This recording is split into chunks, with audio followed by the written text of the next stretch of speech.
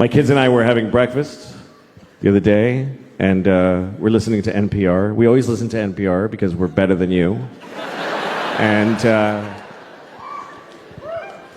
so we're listening to NPR at breakfast the other morning, and there's this one story where they kept using this phrase. They kept saying 9/11 deniers. They kept saying that. 9/11 deniers. And my daughter was like, what is that?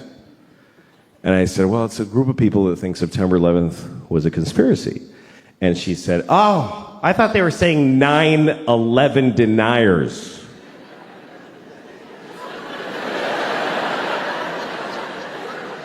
Yeah, she thought they meant 9 people who just ain't buying this 11 bullshit.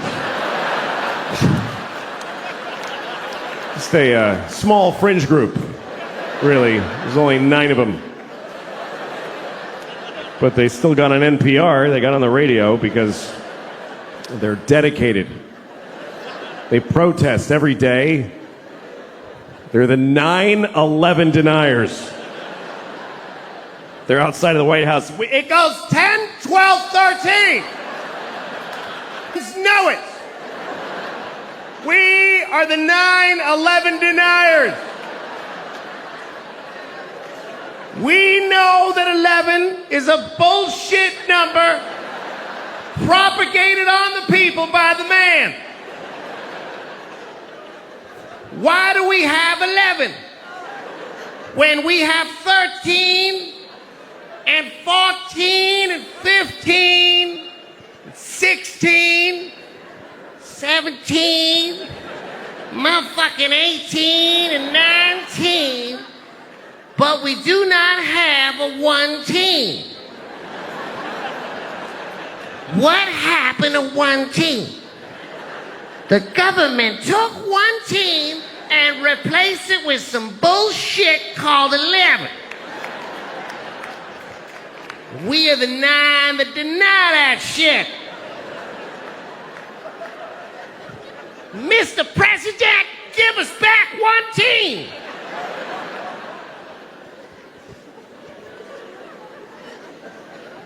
I don't mean to offend any Chinese people with the stereotype, but...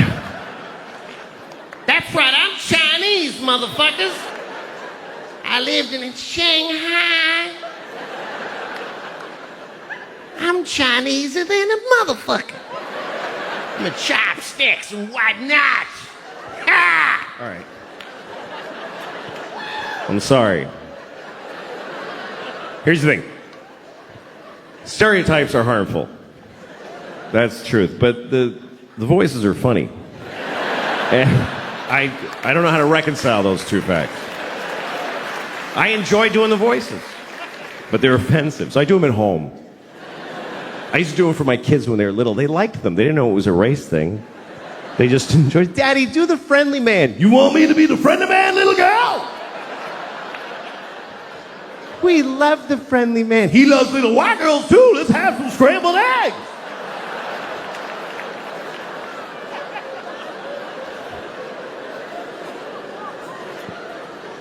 And then they grew up and I was like, don't talk about the friendly man. Maybe don't talk to your teachers about them.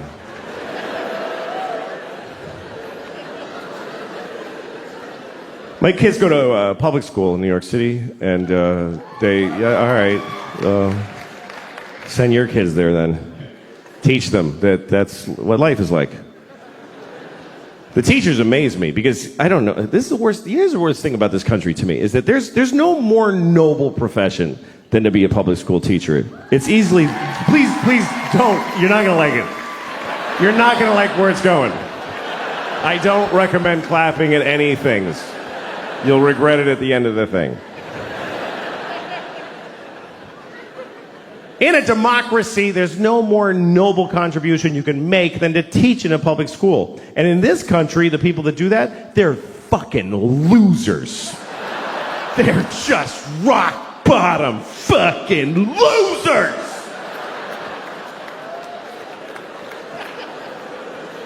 And everybody knows it, but they keep doing it. New people are teaching every day, knowing how shitty it is. They show up, they tell them ahead of time, hi, what is this job? And they say, okay, here's what we need you to do. We need you to make children know math. Wow. Do they want to know math? No, they don't want to know it. You need to make them know it against their will while they're exploding sexually and Who are these children? Just whatever kids live near the building.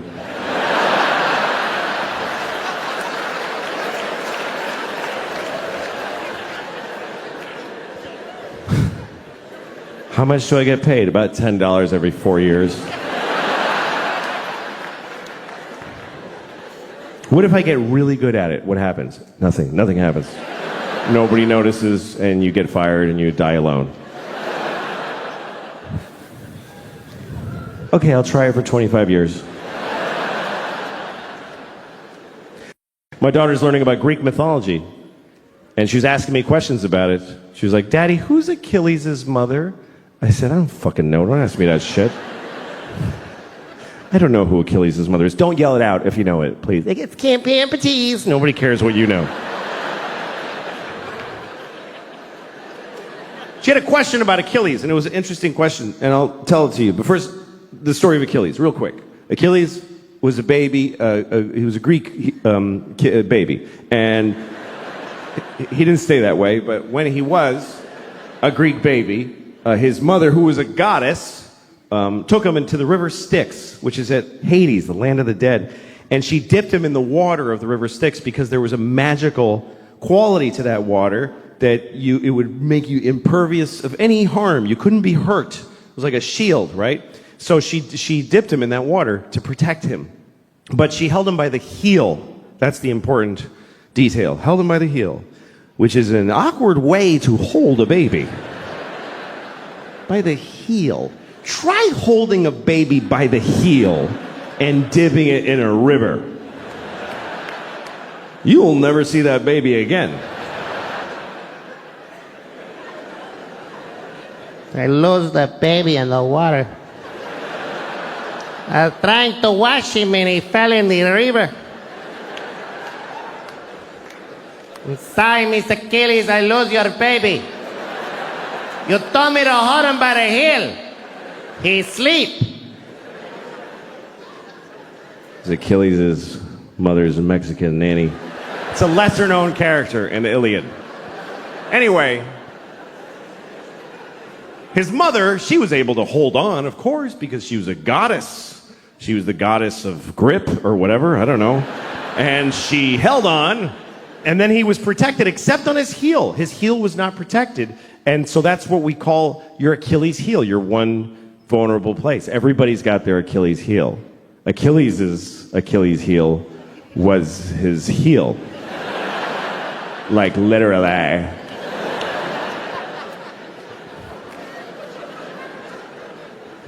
Anyway, so my daughter, here was her question. She said, how come his mother didn't just dip him again? She could have just dipped him one more time with the other leg in there. Did she just like you're like a sign that says one dip per goddess?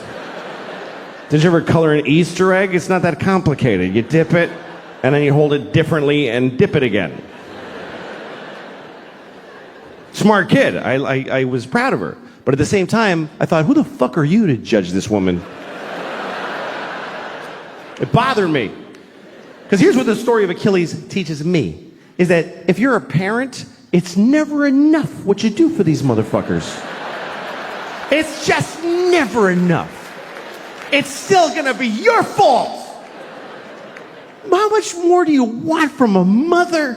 She dipped her kid in magic water and protected 99% of his body. Is any of it up to him? He could have just wore a big shoe and be careful. But he goes out in sandals, fucking flip-flops, and a sword and fights the whole planet. I'm Achilles because my mother dipped me. Finally, somebody got him in the heel, and he's like, Mom! Thanks a lot, Mom. Get my heel. She's so stupid. She ruined it. Fuck you, Achilles, you Greek dick.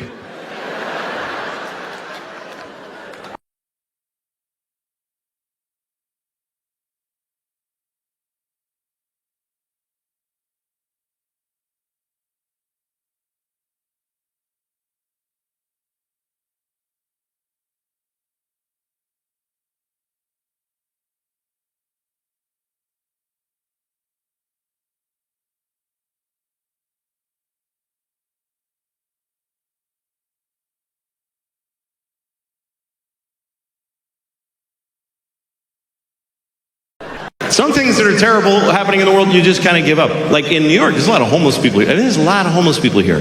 I mean, not in here. There's none in here. There's none in here. There's none in here. Not even with a ticket, he ain't getting in here. They're not allowed to go where we go. They're just not allowed. That's the one part we all agree with. I don't know what to do about the homeless, but they're not coming in here. If you don't have your own indoors, you can't come into other people's indoors. Those are the rules. Those are the rules we live by. I've done benefit shows for homeless people where homeless people weren't allowed in the show. There's whole places they don't get to, like the airport. They've never even seen an airport. You never been at your gate and some guy's like, hey, I'm trying to get to Tokyo. Can you help me out?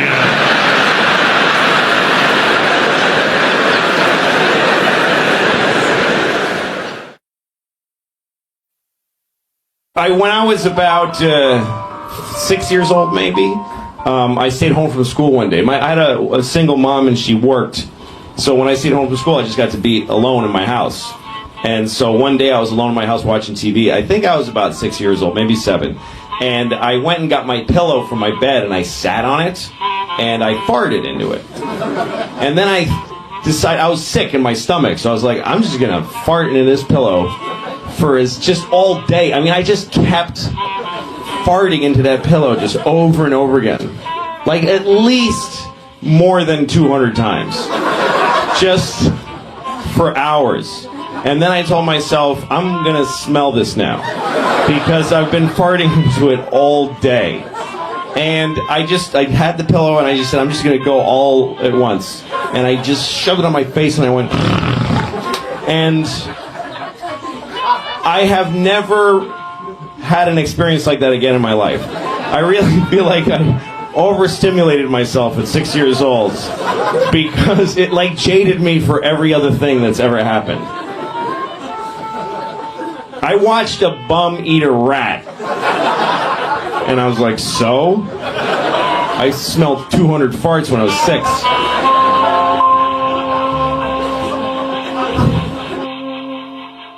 This is the story of Jesus cursing a fig tree. Does anybody by applause know of this story? Okay, that's just enough to make it clear. This is true. I mean, nothing's true in here. But I'm just kidding. I'm just kidding. I don't fucking know. What do I know? I wasn't there. I'm just trying to make it clear that I didn't make it up. This is Mark chapter 11. It's when Mark went broke. And Jesus entered into Jerusalem, and when he had looked around about and seen all things, and the eventide was come, he went out unto Bethany with the 12. See, Bethany was like a suburb of Jerusalem. So he went in Jerusalem. You see all the shit downtown, but you don't stay downtown. You go to the Marriott by the airport. That's what Bethany was. And on the morrow, when they come from Bethany, Jesus was hungry. And seeing a fig tree afar off, having leaves, he came to it, if haply he might find anything thereon. But when he came to the tree, he found nothing but leaves, for the time of figs was not yet. And Jesus answered and saith unto the tree, no man shall eat fruit of thee hereafter and forever. And the disciples heard it. And in the morning when they passed by, they saw the fig tree dried up from the roots and dead. And Peter, calling to remembrance, saith unto him, Master, behold, the fig tree which thou dost cursest has withered away and died. And Jesus answered and saith unto them, Have faith in God. What the fuck kind of a Jesus story is that? Hey, Jesus, you killed a tree. That's right, motherfucker. What's the fucking point to this story? What is the moral? Jesus just killed a tree. He was hungry. He was fucking cranky. He was like, there's no figs. Fuck you, tree. You're fucking dead, you piece of shit. I wanted a fig. And the tree's like, but the time of figs is not yet. It's just not yet. I need another week. You want fruit out of season? Go to Whole Foods, you fucking Jew. I didn't do anything. You? Hello? How are you? Good. Hi, guys. Nice to be here. I had a good day. I went shopping today. I had to buy a belt because my pants. Here's the problem. You know when you get fat and your pants get tight, and then you get fatter because it's not like, oh, I'll stop eating, and then all your pants hurt. Like every pair of pants hurts. And then you eat even more because you're like, screw it now, man, and you just get depressed. But here's what happens. If you get fat enough, your belly starts to push out, and your pants won't even hang in the normal place. And then they get down to your pelvis, and then they feel loose, and you're like, hey, losing weight, all right, I'm coming down. I guess I ate my way through to the other side. I've gotten look at this. This is ridiculous. The crazy part is that my belly hits my pelvis at a right angle. It just goes right in. Like when I'm in the shower and I'm scrubbing, when I get down there, I gotta cut in like this. I actually have to scrub. Or else that gets filthy down there. It's like it's like a theater seat. I find pennies and receipts and stuff. Yeah. And the worst part is I'm 39, so it's not like I'm gonna get better. This is it or a lot worse for the rest of my life. It's not like I'm going to be all ripped when I'm 48. It's over. And I got tits, too. I just got boobs. I got boobs on my body. How depressing is that? That is a really weird moment in a guy's life when you catch your boobs in the mirror and you get all these weird feelings, you know? They must be the same feelings that a teenage girl has when it's the only thing that a 12-year-old girl and a 40-year-old man have in common is that moment when you're going, nothing. You got to carry your books like this. It's depressing. I think it's because I eat huge amounts of food all the time. I was at a party recently for my daughter and a friend of hers had a party, so I had to be in a room full of awful people at a birthday party. And but then there was a plate of cookies. And once I saw the cookies, I'm like, that's all of this is that now. I'm going to eat every cookie. And you got to have like a strategy for how often you go to the cookie plate and keep rediscovering it like you haven't seen it. The first time you see it, you're like, oh, why somebody brought cookies? Yeah, I got to go ahead and... You got to go like this, like, I don't have to have one, but I don't want to insult anybody, and you eat one. I can take it or leave it. You walk away the whole time, radar back there.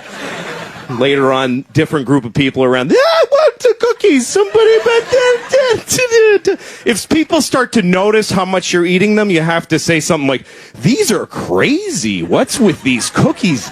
They're weird. It's like, no, it's not that you're a fat piece of crap that can't stop eating. They're insane cookies. I love all food. I like food from other countries. I was in Chinatown. I know that's not another country, but I was in Chinatown, and I went to this grocery store, and they had weird food in there. I swear to God, they had duck vaginas. They had duck vaginas in a big barrel with a scoop stuck in it.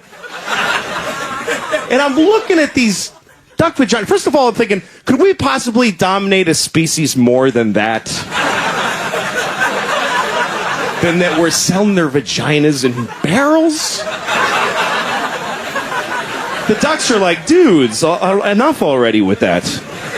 I didn't get any. I didn't buy any because I don't want to know. What if I love duck vaginas? What if I love duck vaginas. They're so good.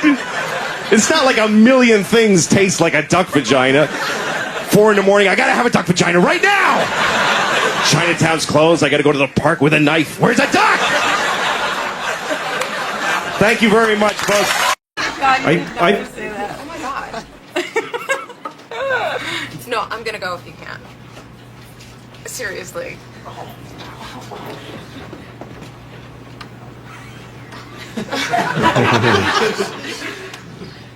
What? Hi, could you stop talking because you're making it hard for me to do my job. Oh, okay. Sorry. It's okay. Just, you don't have to be sorry. Just please don't do it anymore, okay? Okay. Okay, thank you. Anyway, holy shit. This gets me a little. Sorry. I was on a plane the other day, and people on plane. You know when you're on a plane and you're on the tarmac and but you can't get to the gate because there's a plane at your gate. That's what happened to Mike the other day. Excuse me? No, my my friend, that happened to him too. I don't care. Well, no, my friend Mike. Hey! Nobody cares about your friend Mike. Nobody cares about your friend Mike. Okay. Nobody cares about your friend Mike. Okay, whatever. It was funny. What was funny? Like you. I'm sorry? I said unlike you. It was funny, unlike me. Yes. Yes, I did. Can I ask you a question? Go ahead. What happened to the parade? What parade? The parade of stupid you were floating? I'm just curious. Okay, that's you not veer? even. That's not even funny. It's not? No. Okay. You sure? All right. No, you're offensive. I'm offensive? Yes. What do you mean? You're making jokes about rape, and that's offensive. You don't like rape? No. You don't? No. That's really weird because you know that you wouldn't even exist if your mom hadn't raped that homeless Chinese guy. Oh my god. However many years ago you're born. No, listen, I'm sorry. I'm really... It's hard to come back from that, but I am sorry. I didn't mean that. Look, can you do me a favor? What? Can you please just die of AIDS? Does anybody have AIDS who they could put their dick in her face and get her started on that? Oh my god. Anybody? I could sue you. What? You could sue me? Yeah. You know who I would like to sue? Everybody that works in the hospital that you were born at. Because I would like to sue them for not responsibly pulling your head off the second. Letting you live was medical malpractice. Can't you just move on? No, I can't. I really can't because you're the worst thing that ever happened in America. Seriously, it goes you, slavery, and then Pearl Harbor and 9/11 combined.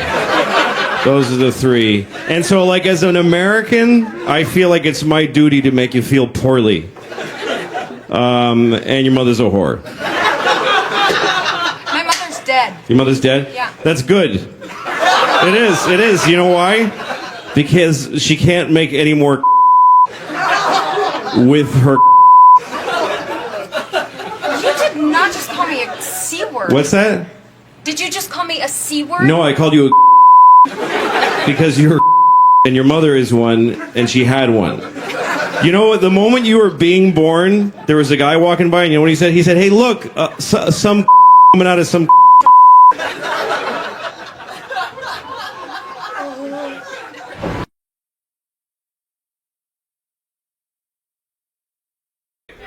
Good. Nice to be here. Nice to be in Aspen. My name's Louis. I live in New York. And I like New York. It's the only city where you actually have to say things like, hey, that's mine, don't pee on that, you know? Usually you don't need that phrase. I did something really stupid the other day. I went to buy groceries at a supermarket and I forgot to have money. Have you ever done that? I was totally broke. And I didn't realize till the guy had bagged all my stuff and everything. And he says, $85? And I said, I don't have any money. And he's like, what, you don't have enough money? No, I don't have any money at all. And he didn't know what to do. He's like, well, you want some of your stuff back? Is that what you're saying? Put it all back, I think. The worst thing is I didn't know how to leave. It's like, well, see you later. I had fun picking his stuff out anyway. I got a boner shop in here. Thanks, man. I always get in these embarrassing situations. Like, when you tell somebody a story, then a week later you tell them the same story again because you forgot. And by this time you've added a bunch of lies to it and you've embellished it. The other day I was telling a guy a funny story about something that happened to me, and it was true, but it didn't really happen to me. It happened to somebody else. I was just lying and saying it was me. And all of a sudden I realized that I was talking to the guy that it happened to. And he's like, that wasn't you, that was me. What the fuck is wrong with you? Oh, I thought that happened to me. Shit.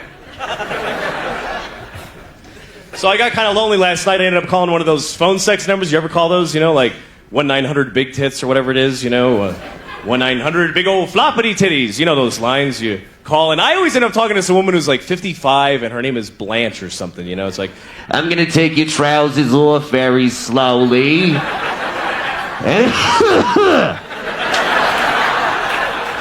Then I'm gonna play with your balls.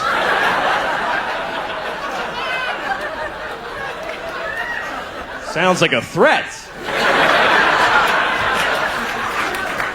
Stay away from my balls, lady. I'll call the police. I gotta do something, though. It's ridiculous. It's been so long for me since I've had any real sex that even now when I masturbate, I don't have any point of reference for the fantasy, Like now when I masturbate, I just fantasize about other times I masturbated. That's all I really have now. Oh, yeah, my old apartment. Yeah, that was a good one.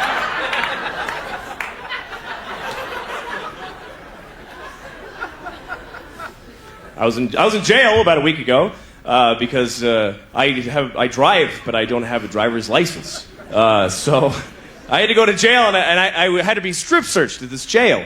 And so I'm staying naked in front of this cop, and he looks at me and he just says, "All right, lift." And I was like, "Lift what?" And he says, "Lift your testicles."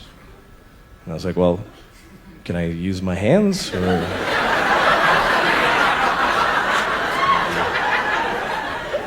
Or do you just want me to go,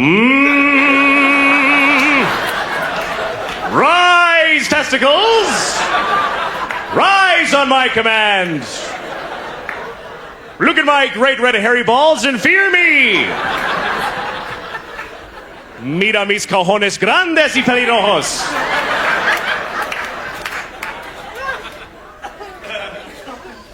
So that was a bad night. Sorry.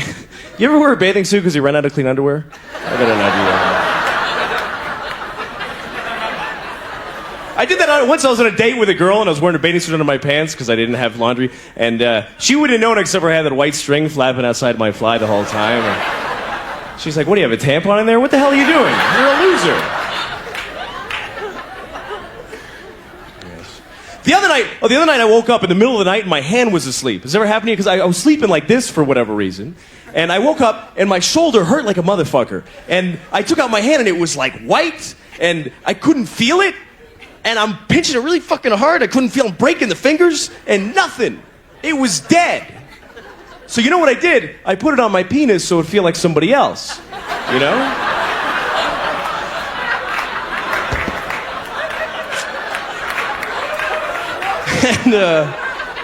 And it worked. But then I thought, shit, I got some guy's hand on my dick. I don't want some dead guy's hand on my dick. Get that out of here. Sex is weird, though. When you're having sex with somebody, you start to make those noises. Those sexual noises. You ever feel weird about the noises you make during sex? You ever listen to yourself and go like, where the fuck did I pick that one up? What the hell was that? Because sometimes you make the oddest noises. You really get into it, you're like, woo!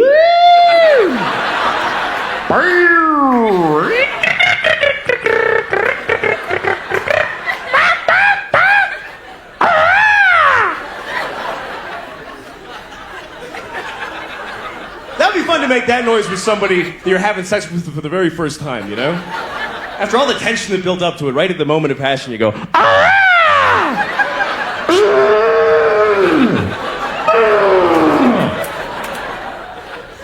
just to watch their face going, oh, shit. Fuck, man, another one.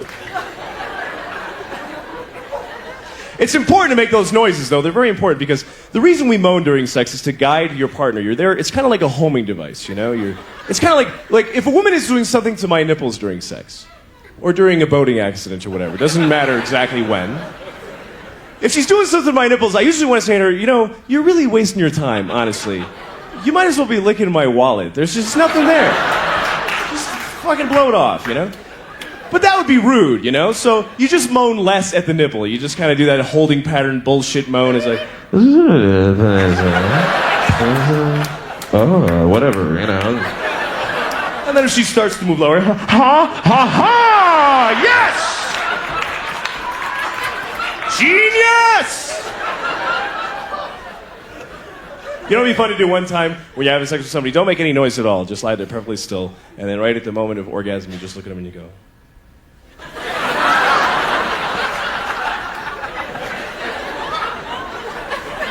I had sex with this woman once, and she turned out to be a complete nymphomaniac. And I always thought I'd want to be with a nymphomaniac, but it was really a nightmare, you know? Because she wanted to just keep going and going. And the sex was really hard work, too, because she was like just grabbing me, pulling me in there, going, come on, fuck me, come on! Come on, you redheaded faggot, do it, come on! You know. And I'm just, whoa, like a big dildo, all right, whatever, all right. So we're done, finally, and I'm like really tired, you know? And she looks at me, and she goes, let's do it again. Like creepy like that, you know? Let's do it again. And I was like, all right. So we do it again. She's like, come on, fuck it, you know?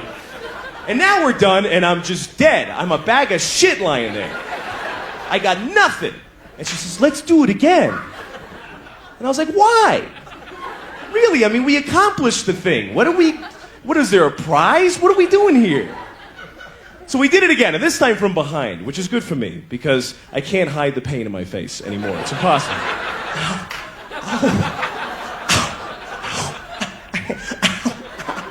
And then she starts getting into it, right? And she starts, like, backing into me really hard. She's going like, bam! Bam! Bam! And it really fucking hurt a lot. So I had to say something, you know? So I said, hey, take it easy. It's the most polite thing I could think of, you know? I didn't want to say, hey, don't back your snatch into me so hard. You're gonna rip my dick off, you fucking lunatic.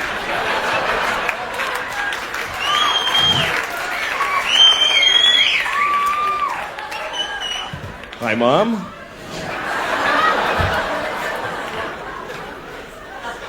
Anyway, I think sex is a great thing. I think that everybody should be allowed to have all the kinds of sex they want, you know? I would never let a woman spank me, though, because I always be afraid that then I gotta go buy hoods and magazines, and it's like skiing, you go broke on that shit, you know? But I don't understand people that are intolerant of certain sex. Like one guy came up to me once and in the middle of the street and told me I was wearing a faggy shirt. What the hell does that mean? Total stranger walks up to me. Hey, nice faggy shirt, you faggot! What the hell does that mean? I remember the shirt I was wearing, it was pink and it had these little pictures of guys blowing each other on it, you know, like sort of like, but the thing is though, people just don't, like I was talking to a friend of mine once about another guy, and I said, is he gay? And my friend said, oh yeah, he's really gay. What the hell does that mean? How do you get to be really gay? Are there many levels? Do you start out just a little bit gay, like, you know, I feel like I'm coming down with the queers a little bit today, and I just feel a little bit queer. I just feel like touching a penis like this. And then one day you're taking it up the ass, you're jerking off two guys and blowing somebody all at the same time. And you go, wow, I'm really gay. I am very homosexual. Look at all these penises, I'm the gayest man in the world. I am Fagator, no one is gayer than me. Thank you very much, you've been a pleasure. Good night.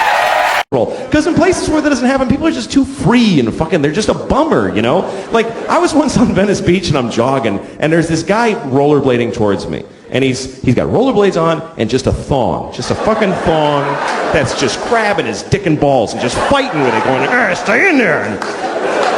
And then he's just totally naked otherwise, and he's got this Kenny G hair and he's just rollerblading there.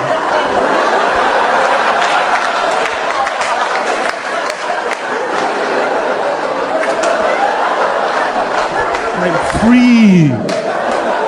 And I actually had to stop jogging because I needed my whole body to fucking hate this guy with. I had to just stand there going, oh, you motherfucker! Now I have to know you exist, you piece of shit! Fucking go skate into an AIDS tree, you motherfucker! All right, now. I don't know. I've started to kind of hate people, and it's not because I have anything against them. It's just I enjoy it. It's just recreation. Like, you know when you're at the bank and you got nothing to do while you're waiting in line, so you just pick people to hate while you're waiting. You just look at someone and form an opinion with no information. And it's never positive. Who fucking wastes their time? I bet he's a hard worker. Who thinks about that shit? Skip over those people. Then you find a guy, oh, look at his shoes. What a fucking asshole. Oh, look at that piece of shit. Hope he dies today. Oh, God, I hate him. I hate him. You watch all the shit. Yeah, fill it out, you fuckface. Fill it out. Yeah, you filled it out. I knew it. You suck. He's just standing there. He has no idea you're just boiling with hate, you know?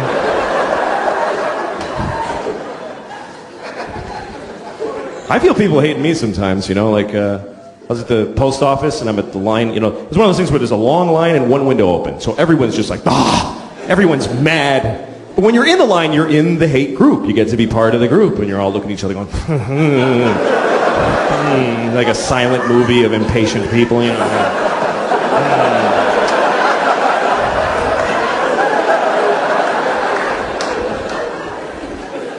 Then there's always one person who breaks the silence, somebody who has an idea, you know, like, they should open another window. And everybody's like, yeah, I know, I don't even know. I don't even know how to do it. Then there's always an old lady who has a story. I was here on Wednesday, and there was also a line like this.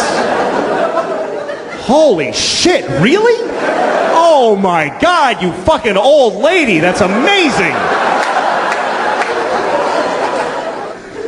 But anyway, then it's your turn at the window, right? And now everybody's looking at you and you feel the scrutiny of how quickly you're mailing your shit.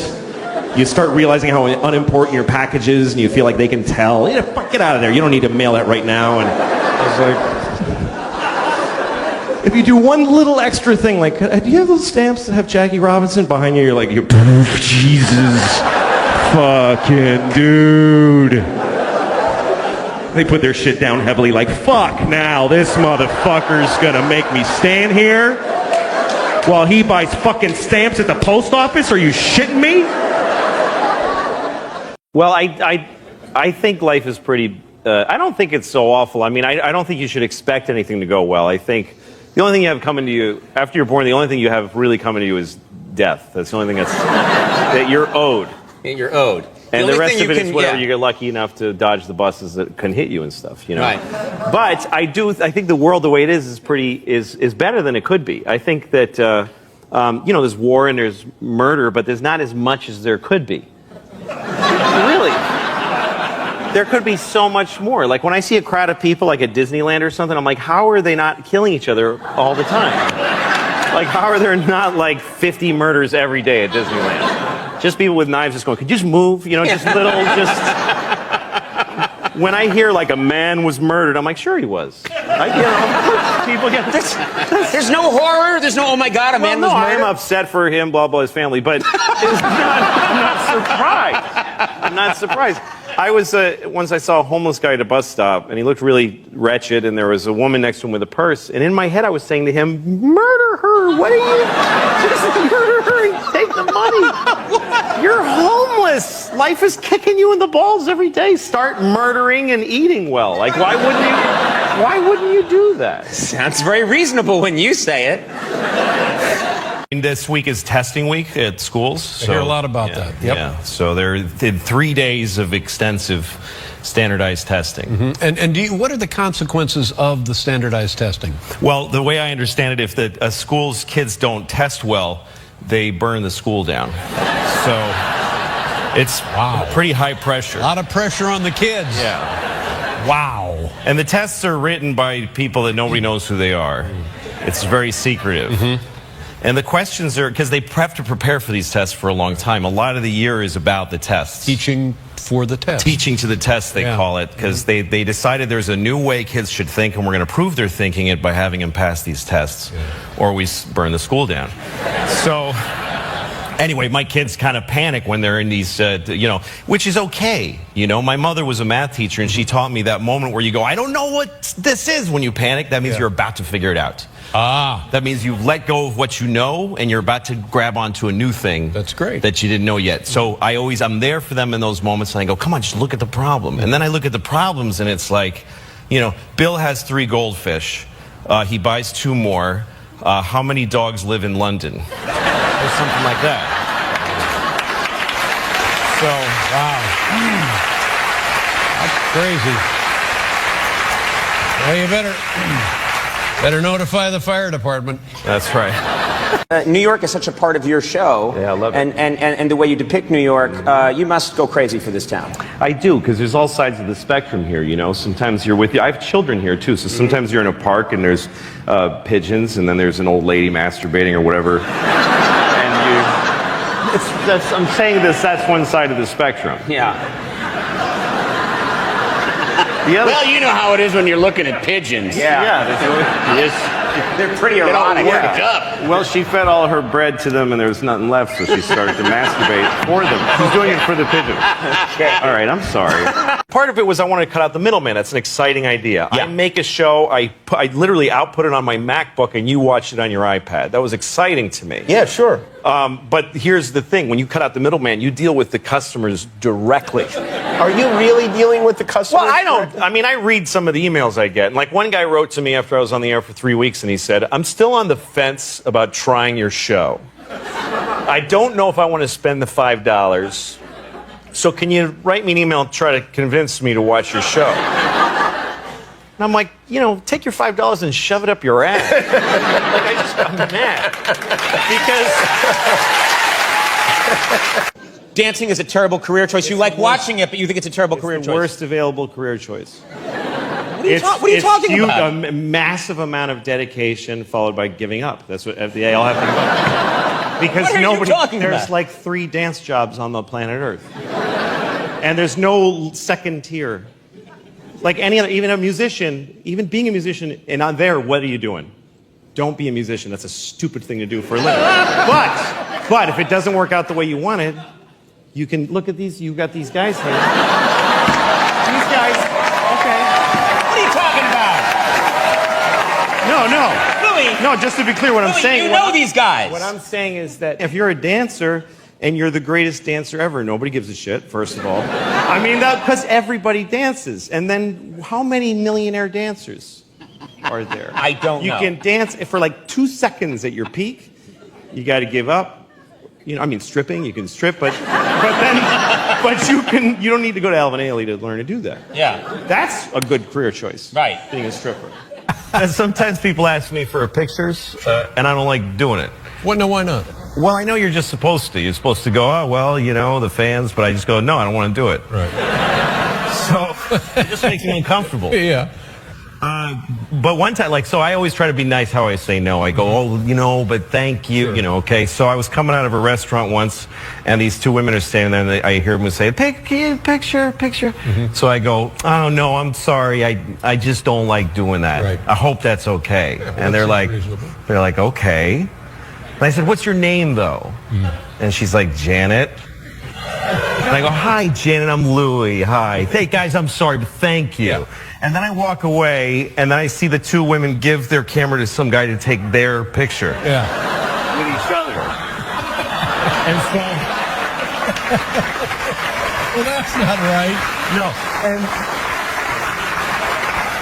So I look at this story from their point of view. They want a picture of themselves, and they go to a random stranger, could you take our picture first? Oh, I just don't like doing that. I'm really sorry, but what's your name? What a creep. What a gross creep. Something very wrong. Once Really again, wrong it's with all that. your fault. Sure. Of course it is. Yeah. But I was watching Schindler's List, and this moment happened that it just stuck with me. It's a scene where all the Jews are being thrown out of Warsaw, and it's very sad. And they're going down the street, and there's these Polish people that aren't Jewish watching them leave. Right. And one of them is a little girl, and she's about 7 years old, and she's on a mailbox, and she's very cute, and she's yelling, "Goodbye, Jews! Goodbye, Jews!" And this really left an impression on me, and probably on the Jews that she was yelling at, too. Because I think it's real. I think a very that happened. powerful moment, yeah. Yes, and I think it probably really happened, and somebody told Spielberg about that, and he was like, "We're doing that in the movie." So he made that scene, which means he had to find a little girl to play that little girl. He had to find a little cute girl who could yell, "Goodbye, Jews!" at grown-ups. Right. And that's a really... And I know how movies are made, so I know somewhere there's a tape of like 50 little girls all trying really hard,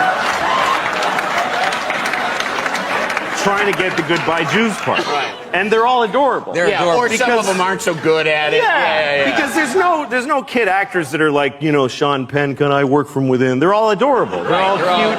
Right. There's a tape somewhere of little girls. "Hi, my name is Anne Marie, and I'm with William Morris. Goodbye, Jews." "Goodbye, Jews." "Anne Marie, we need a little more anger." "Oh, I'm sorry. Goodbye, Jews." "Okay, next." And there's another girl. "Goodbye, Jews. Goodbye, Jews." "Okay, next." And then comes the girl who's amazing, and her mother has prepared her for months. She knows how to walk in the room. "Hi, my name is Louise, and I am really happy to meet you. The sun'll come out tomorrow. Bet your..." We just need the line, actually. "Oh, I'm sorry. Goodbye, Jews! Goodbye, Jews!" Yeah. And there's a new thing, the cloud. They want you to go to the cloud. And they are selling it as a great idea. Just, you don't need your stuff. Just give it to us and we'll keep it on the cloud. It's fine. You don't have to. And you're like, "Really? But those are my pictures." And we'll keep it on the cloud. You pay a little rent to have it up on the cloud. And the way they're going to talk you into this is that you get to have a smaller device. Because you don't need to keep the stuff on it. You understand? Right. That's why, okay, like this, somebody gave me this iPhone. This is what an iPhone is right now, okay? Now, it's gonna, when they tell you you want to keep it on the cloud, they're gonna say, this is the iPhone now. The next iPhone is just gonna be this. It's just gonna be this. And it's just gonna be this thing. Because you need this to store all your movies and stuff on. But you're just gonna have this and you just rub and go, "Ooh, I want to see Tom Cruise." And Tom Cruise will be all around your face. And then you want to see, you know, Selma Hayek, and then you take it and you that's how it's going to work. I'll give you $10,000 for that thing right now. Some parents really struggle with, like, all the other kids have the terrible thing, so my kid has to. Yeah, let your kid go and be a better example to the kids. Just because the other stupid kids have phones doesn't mean that, okay, well, my kid has to be stupid, otherwise she'll feel weird. Right. You know, I think these things are toxic. I don't think especially for kids. It's just this thing. It's bad. And they don't look at people when they talk to them, and they don't build the empathy. You know, kids are mean, and it's because they're trying it out. They look at a kid and they go, "You're fat." And then they see the kid's face scrunch up and they go, "Ooh, that doesn't feel good to make a person do that." Right. But they got to start with doing the mean thing. But when they write "you're fat," then they just go, that was fun. I like that." That tasted good. Let me ask you a question, and this specifically about breakfast. I have this conversation with my son, who is 10, who is, I guess, right between the ages of your daughters.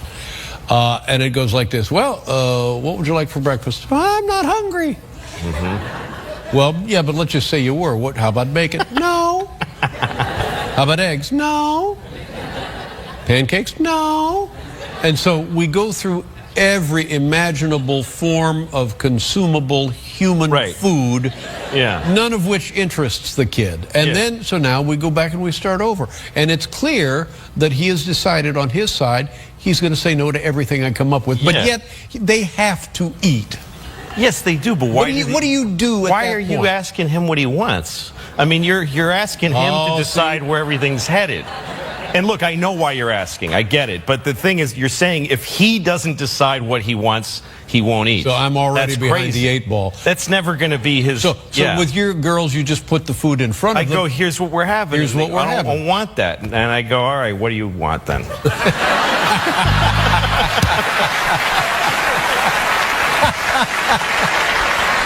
Well, how are your children doing? Are they all right? How are they? My kids are good. Yeah, yeah. I mean, they can't. On paper, they're great. They're two little white girls in America. Right, right. I mean, what? Sometimes I look at it that way. I look at them. I'm like, you can't say anything. Yeah. You're doing awesome. Right. Just boilerplate, great lives. I gave my daughter medicine the other day, and it was bubblegum flavored, so that she'll take it. Bubblegum flavored medicine? Yeah, you get me like Tylenol. It's bubblegum flavored. Oh, it's not methadone or anything. It's No, it's bubblegum flavored. flavored. I give her, she's got a fever, Tylenol, bubblegum flavored, and she goes, ew. I'm like, you ew. You can't say ew. I'm sorry. Yeah, I guess It's medicine. medicine, right, exactly. It's medicine. Most children don't have medicine. Right. Most children in the world, when they get sick, they die on a rock with a bear eating them. That's how they handle it. Right. And, oh, he's got a sniffle, ring the bear bell and put him outside, whatever they do. You're a little white girl in America. You wear clothes made by children your age professionally. You don't get to say ew about your bubblegum medicine. I never heard of bubblegum medicine. Well, You got the holidays coming up. Are you doing any plans? no, you seem like a very holiday guy. Look, and I just want to say I'm not trying to say that if you're white you can't complain. Right. I'm just saying that if you're black you get to complain more. Right. Because you can't. There you go. Don't tell the band that.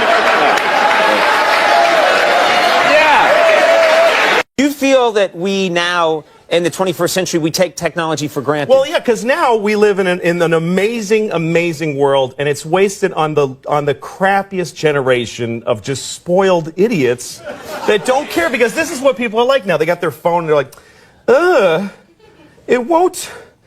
Give it a second. It's going to space. Can you give it a second to get back from space? Is the speed of light too slow for you? Yeah.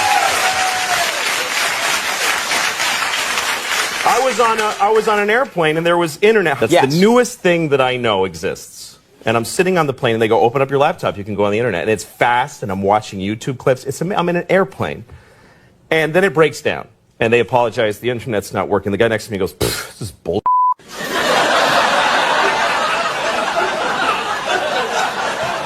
Like how quickly the world owes him something he knew existed only 10 seconds ago. Right. And on planes... I know you know, and I know you've told your kids, honesty is its own reward.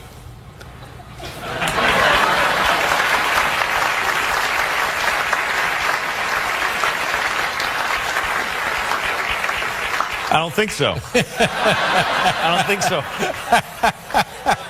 Well, here's the thing about lying is that I don't think you should do it, but I get it. That's how I feel about it. I get it. Right. Because kids lie because they're in trouble. You know, if you're in trouble as a kid, it's too much. You can't take it. You're worried. Yeah, kids don't lie for some weird Machiavellian, they're not like, you know what my teacher said about you? It's interesting. They're not trying to start something. No. It's because somebody was like, did you take the chocolate? And they're terrified. Yeah. Terrified. Yeah. If you're in trouble, you don't care. You're a grown up. You just go, oh, sorry. Right? Well, again, I've been in trouble and that didn't work. And I tried it. I said it just like that. Sorry.